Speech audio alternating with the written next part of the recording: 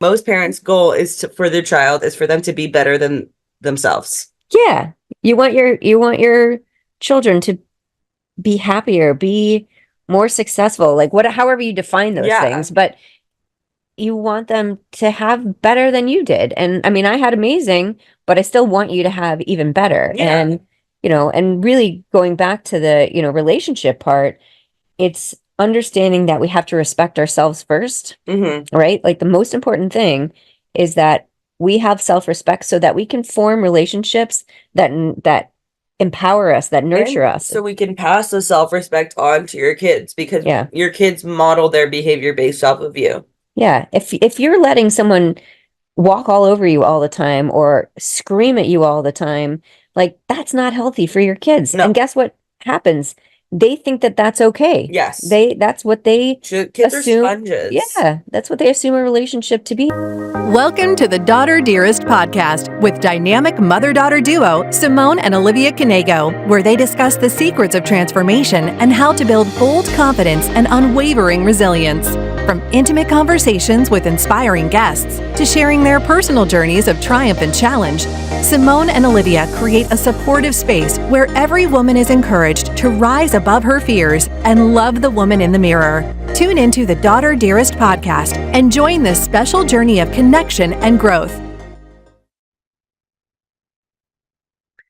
Hi, everyone. Welcome to this week's episode of the Daughter Dearest Podcast. I'm Simone Knego. And I'm Olivia Knego.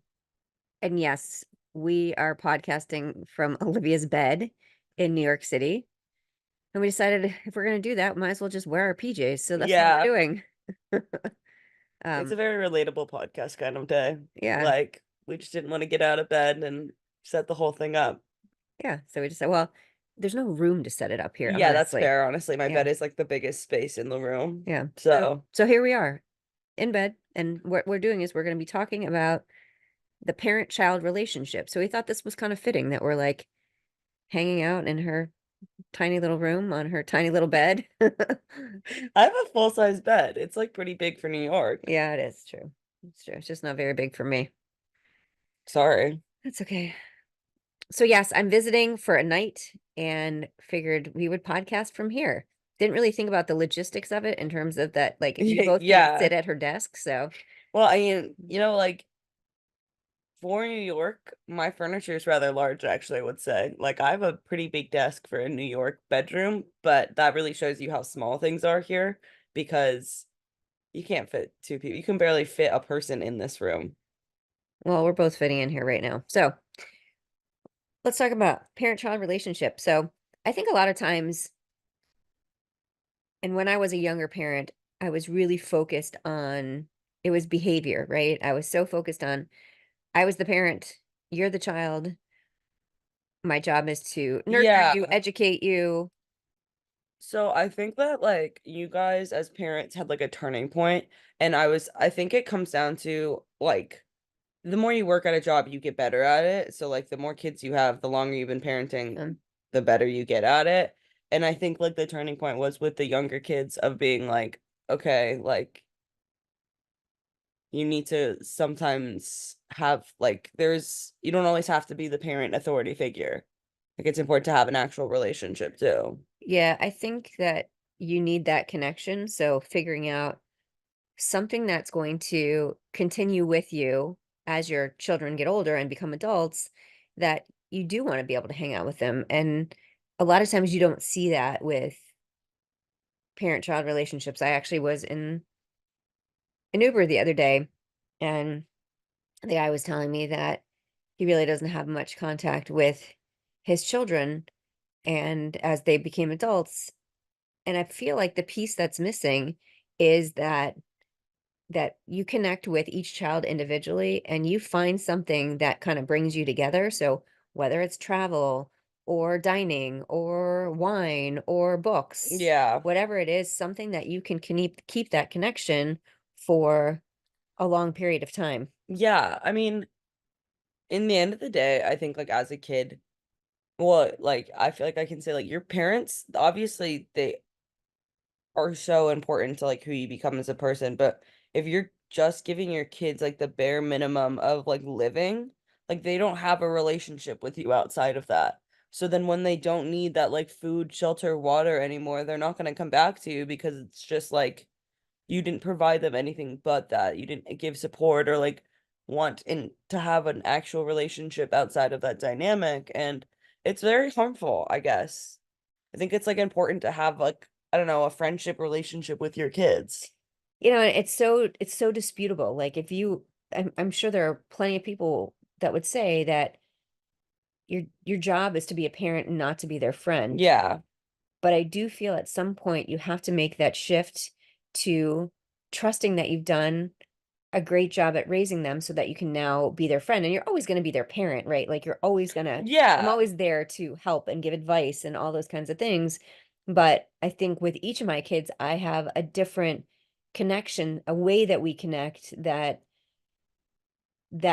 will allow us to have a relationship in the future. And I do see with some other parents where they don't have that, like their job for so long, or the way they saw it is their job was being a parent, and Yeah. they don't know how to actually have fun with their children as they grow up. They don't have that connection point. And you see that obviously in high school. That's like a big starting point, right? Oh Because yeah. It's your kid's like first taste of freedom, especially in the US. Like you get your driver's license, especially in Florida, at least I know it's different in other states, at 16. So it's like that freedom is immediately there, and then that's, I feel like, when tensions in families really start to rise because you're not so reliant on your, that's the first time you're not reliant on your yeah, parents anymore. yeah, I mean, every time a kid started driving, like for me, when I would drive the kids to school, like they're in the car, that is the time that you can absolutely talk to them, get all the information you want, and they're stuck in the car with you. So, I mean, not that they have to speak to you, but it's like such a good opportunity. And then when they're driving themselves and that aspect of your relationship is gone, you got to figure out how to keep that connection. Yeah. And I feel like we still do a pretty good job. I mean, it's hard sometimes, right? I mean, it's hard with Yeah, I mean, like even me, like I feel like some weeks the most contact we have is when we podcast. yeah. And it's just like it's hard to balance every aspect of your life, but it's still important to have those conversations with your kids that aren't just like, okay, what are your grades going like? Like, what classes are you picking Mm, next semester? Like having actual conversations with them about what happens in their lives, because you also as an adult want to similar experiences as me and wouldn't want me to make the same mistakes that you did. And if you're not talking to your kid about those experiences, then how are they going to know? well, and that opens a can of worms in itself. So I think that there's two ways to look at that. One is that you have um the I always share my experiences, good, bad, all of it, because I think it's so important that you understand that I went through similar things, right? Mm-hmm. But I'm never going to say you can't do this. Well, I don't want to say never, but in general, I I don't. mean, yeah, I think you'd say you can't do heroin. Well, yeah, I think I would say that too. I'm holding the microphone. My hand's getting Yeah, tired. I was gonna say, do you You want me want to to hold switch? it? Yeah. Yeah. So I think that there are certain things that I'm going to say, like, you're never going to do that. But in general, I wouldn't approach it in like, here's what happened to me. Don't make that same mistake. That's why you must do this. I think it's more of an education of saying, like, Yeah. here's what I went through. You're going to make your own decisions in life, but I hope that like this will kind of help inform you so that you Yeah. don't make those same And it's mistakes. human nature to explore because especially if you tell your kids not to do something, like when does that ever work, telling someone not Oh to my do gosh. something? Obviously, they're still gonna do it. You got to do the opposite. Like, Yeah, tell them to do it. yeah. Tell them to do it and see what happens. Then they probably won't Yeah. actually. But on that journey of like kids need to figure stuff out themselves. Like you could have told me the same advice 100 times, and I would still need to experience it to actually like be like, oh shoot, that actually is horrible. Yeah. However, it's like all about learning along the way too, and having your experiences Yeah. inform my decisions. Yeah. And I think a lot of parents don't talk to their kids enough about stuff. Like we are very open and honest of about everything that we've gone through, Yeah. about drinking and sex and drugs and Even we more than that, but just like basic diversity. like talking to your kids about Oh, yeah. race. Yeah. Some parents don't do that. Yeah. I mean, I think we're pretty much open books, and for our family, that's worked really well. I can't talk about other Yeah. families, but for us, it's worked really well. And I really do feel I have a great relationship with all of my children. I feel very fortunate. And, there's a couple still in high school, so there's years to come on that, but I really feel like that has been, I forget that they're in high school I know, right? sometimes. Right. Like I'm about to graduate college and my youngest sibling hasn't graduated high school yet, and that's crazy to me. But it's for us, it's worked well. And I think for us, it's been really important that we model behavior, and we also, sometimes our behavior is what not to do. And I think it's important that we talk about that. So, like, when I do something ridiculous and it doesn't go well, I'm like, here's what happened, guys. And I think that that has been an effective part of parenting as well. Do you think that I feel like we've talked about like your parents didn't really share a lot with you. Mm. Do you think that directly affected how you parent? It's a really interesting question.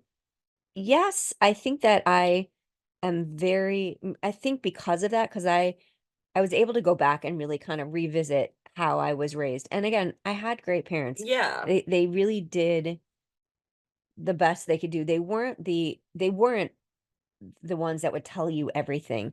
It would be like after the fact, they'd be like, "Oh, well, you shouldn't have done that." Okay, well, give me a little bit more Yeah, I need a information. heads up. I kind of, yeah, I really had to figure out a lot of this stuff by myself. And again, I think it was part of the times. Like, I feel like it's very different now. And yeah, so I do think that I parent the way I do because I didn't get it. I didn't Yeah. get that. And I mean, I have a great relationship with my mom. I really do. And obviously my dad I passed was away gonna in say, like, don't 2019. say it. Yeah. Yeah, you Yeah. also had a great relationship with your Yeah. father before he Yeah. passed away. Yeah. But it's very different than the relationship I have with my 100%. kids. And like, my parents never talked to me about sex. Never talked about sex in front of me. Forget talk to me about sex. Like, you know, who knows? Do they have sex? I mean, they had to have had it Maybe twice twice, yeah. because I have a 2 sister. times. So, I mean, joking all aside, Yeah. but it wasn't like an open conversation. So a lot of the stuff I kind of had to figure out on my own, and we didn't have the internet And back then, so it's not like you could just like, I'm not search things like saying that. that you have to go in, especially with your young kids, and talk about sex, but if you're not open with your relationship with your kids, like they might find themselves in a toxic, abusive relationship and think that that is the norm because you weren't open with them about it. Yeah, I mean, I had a toxic, abusive relationship when I was in high school, and I'm very open with the kids about it so Yeah. that they, Of what is right and wrong because like as humans all we don't know anything when we're brought into yeah, this world. We are brought like as and if you don't learn, if you're not taught what is right and wrong in a relationship, you're not going to know and that can get you in terrible situations. yeah, and I think that the relationship I have with your dad is, it's a great relationship where, It's a very real relationship, I think. yeah, Well, it's great, obviously, but it's real because I think as a child, I have been exposed to like it takes work for a marriage. Like hmm a marriage is not easy, and I've never had that marriage or like dating would be easy. yeah.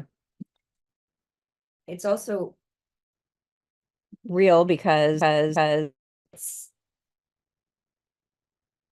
what is happening? I think it Mm, stopped. okay.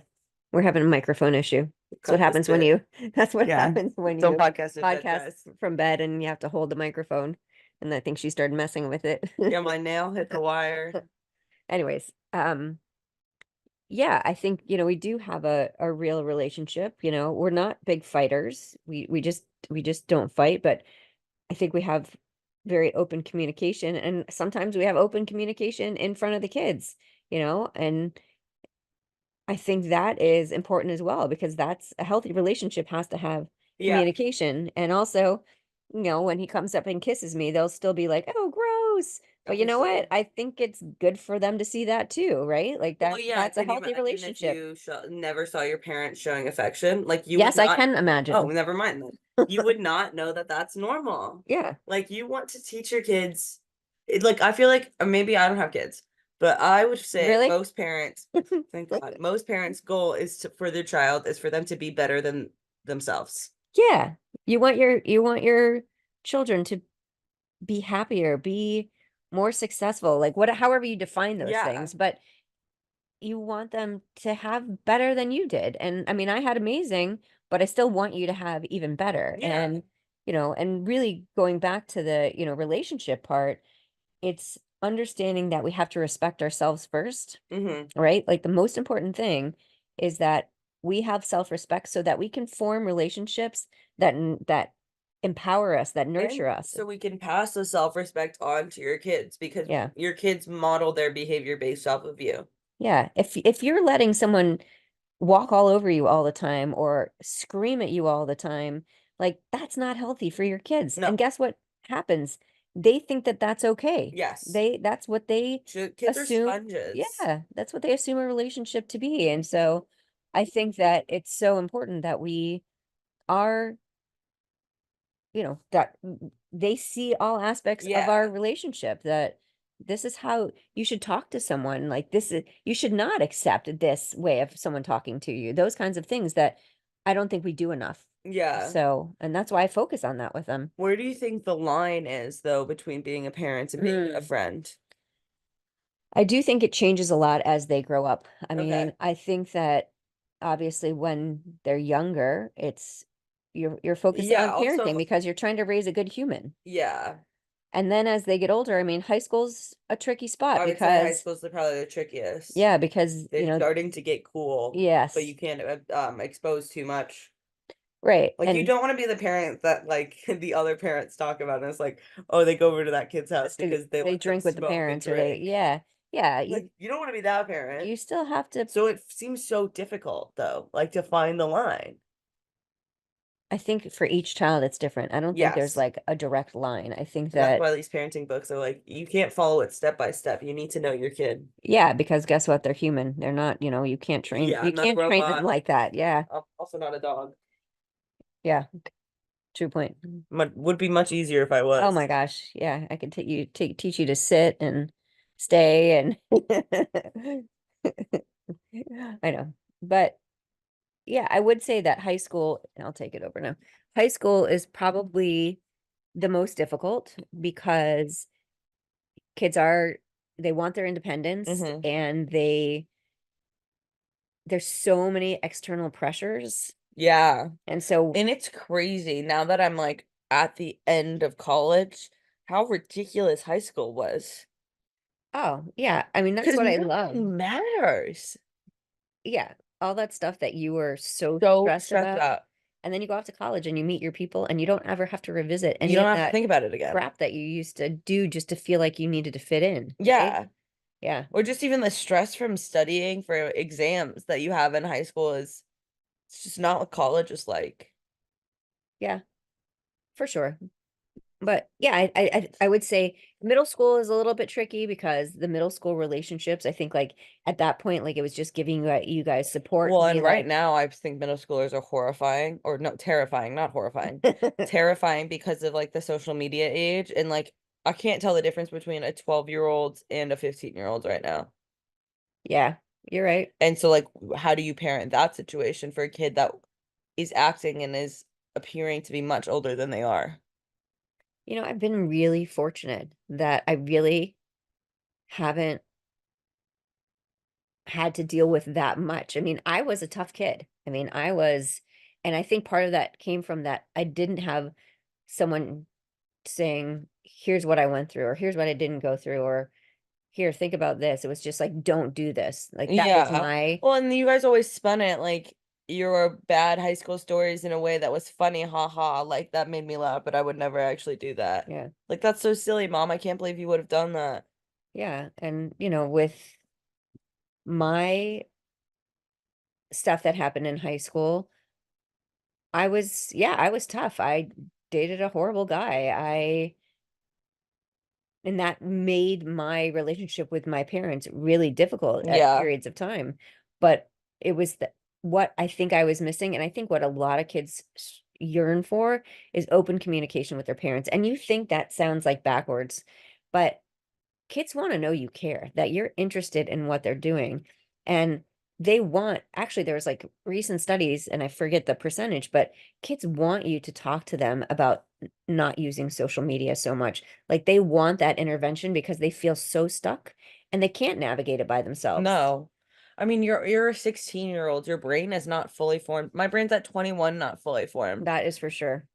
Okay. Ow.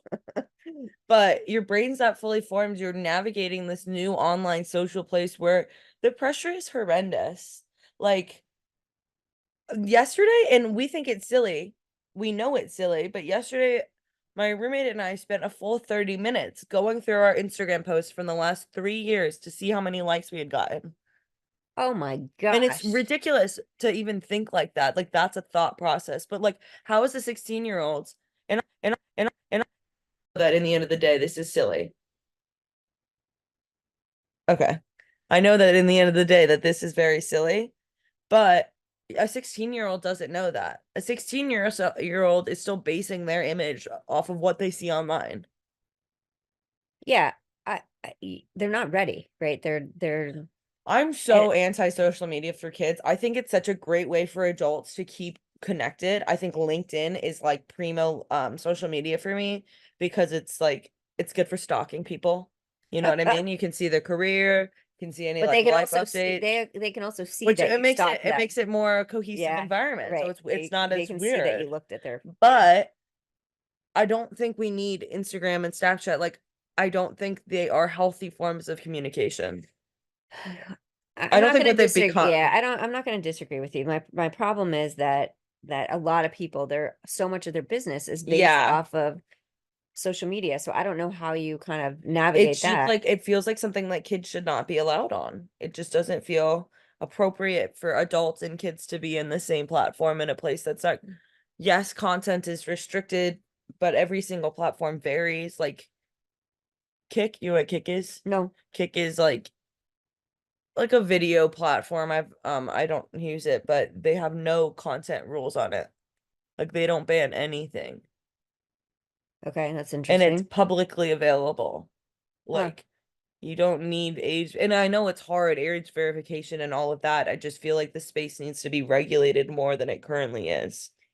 Which is, I mean, another can of worms. I don't know how you do stuff like No, that. I don't Like, know how you do it. Like, but I feel that, as a parent, it's your job to kind of step in and, I know I've been too lenient with the social media stuff, but we but also have conversations about what's real yeah, and what's and not. it's also like I think the hard part, and I think about this all the time, is like how do you balance the line of like your kid fitting in and having Yeah. Instagram versus knowing what's the best for them and what will keep them safe in the long run.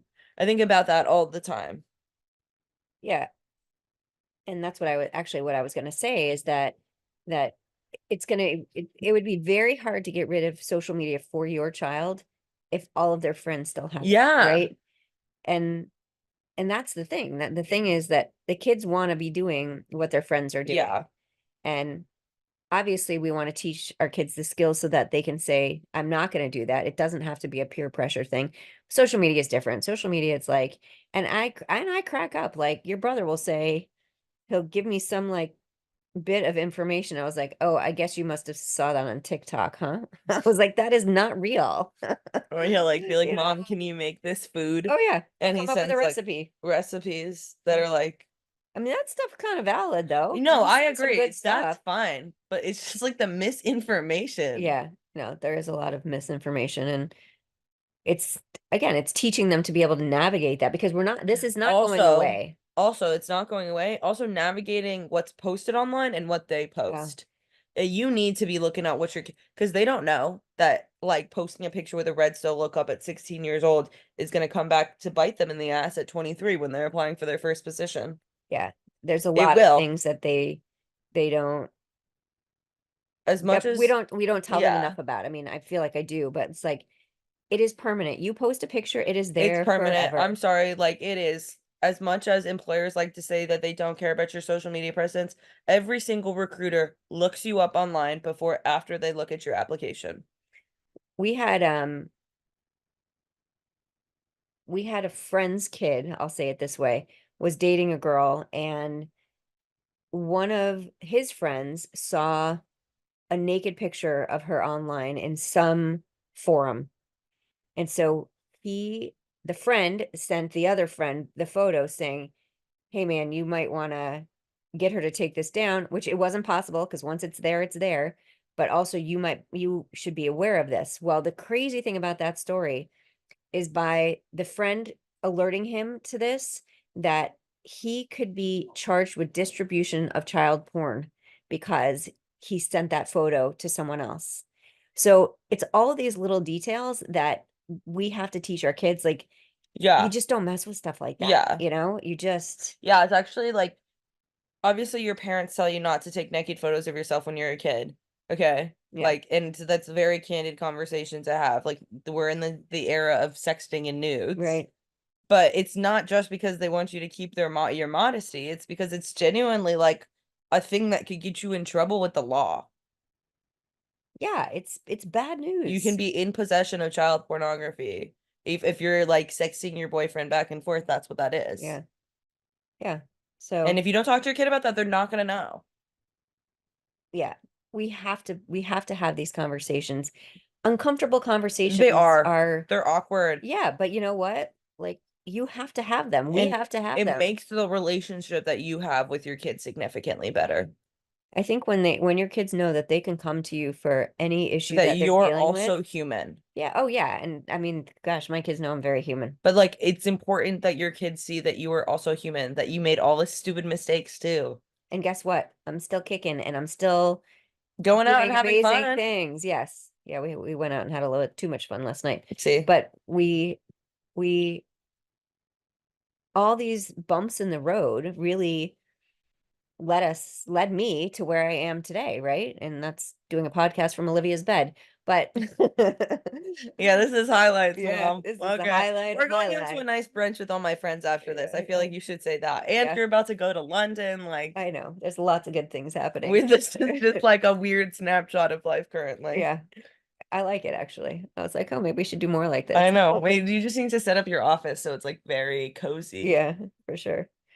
But yeah, I think that it's our job as parents to inform our kids. I mean, for me, the ultimate goal is raising good humans. I mean, that is truly it. Yeah. So, and I feel like to be able to truly raise a good human, they have to understand all aspects of the world. They have the to know good, the bad. Oh, I They was need gonna to say have that. failures. They need to have successes. They need to have all of it. Yeah. And they have to learn that a failure shouldn't stop them. Like, that is a stepping stone, And their right? first failure shouldn't be experienced in college. Oh, for sure not. Like, don't make them do that by themselves.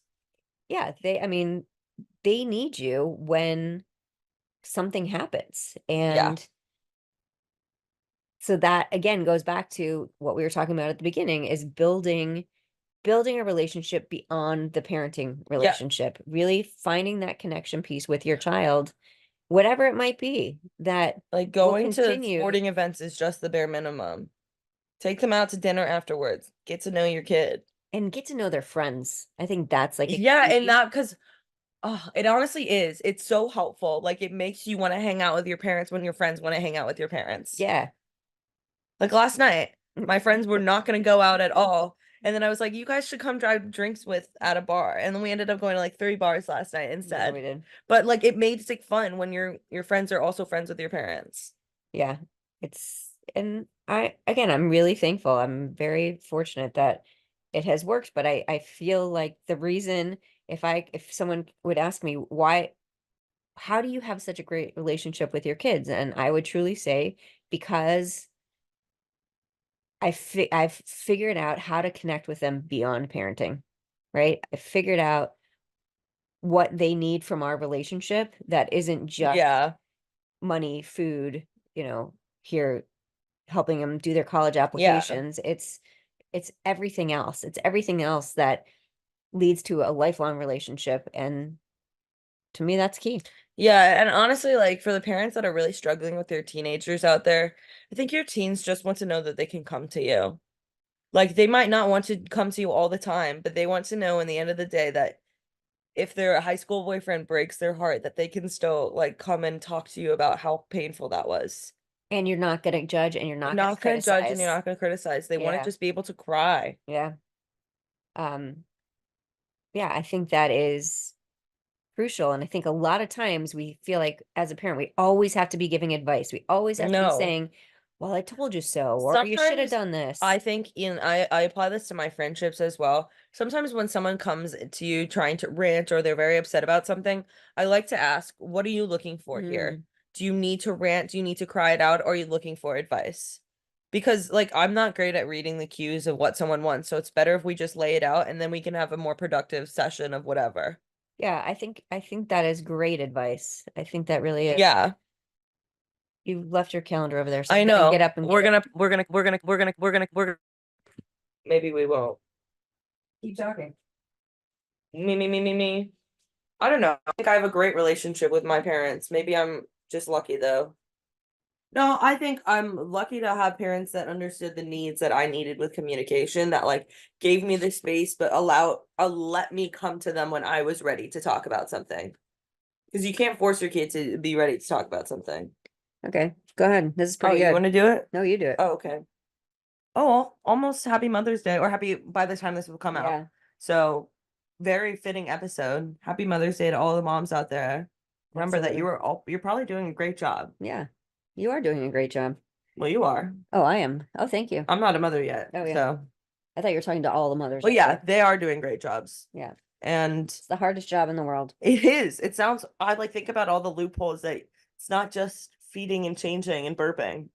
Oh my gosh. If that it were was, that like would be everyone easy. would have babies. Yeah.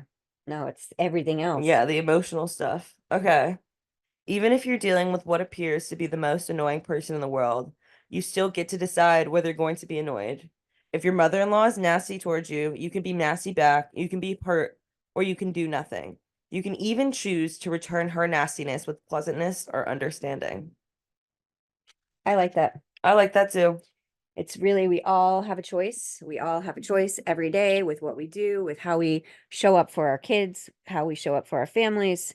And, I do think that it's important how we react, how we respond. And that goes back to when your child needs something, instead of just constantly parenting, constantly giving them advice, take a second to sit down and listen. I know my kids say this to me all the time. Actually, Emma sent me a video that was this kid with the daughter was saying all this stuff to the mom, and the mom was like busy doing something, and the mom finally looks up and said, "Did you say something?" I do that with Millie too, and I know she would call me out. But yeah, I think it's such an important thing to just be there to listen. And sometimes you don't give the advice because that's not what your child needs. It's figuring that out. Amen. Amen. Okay. Thanks so much for joining us. Oh my gosh, I can't even say it. Thanks so much for joining us on this week's episode of the Daughter Dearest podcast. In bed From Olivia's Maybe we'll do like a room. monthly episode. I don't where we know. do one in bed. I know this is kind of fun, but then you'd have to be home a lot more. I'd have to come visit you more. I come we home do. at least I once know a you month. do. Okay, this Never mind. isn't like a hard thing to pull off, guys. Yeah. Anyways, thanks for joining us. We will see you next time. Bye, guys. Have a great week. Thank you for listening to the Daughter Dearest Podcast with Simone and Olivia Knego. We hope this episode has made your day just a little bit brighter and given you the inspiration you need to confidently go about your week. Always remember to be authentically you. Don't forget to like and subscribe so you never miss an episode. And feel free to connect with them on Instagram at Daughter Dearest Podcast, at Simone Knego, and at Olivia Knego. Till next time.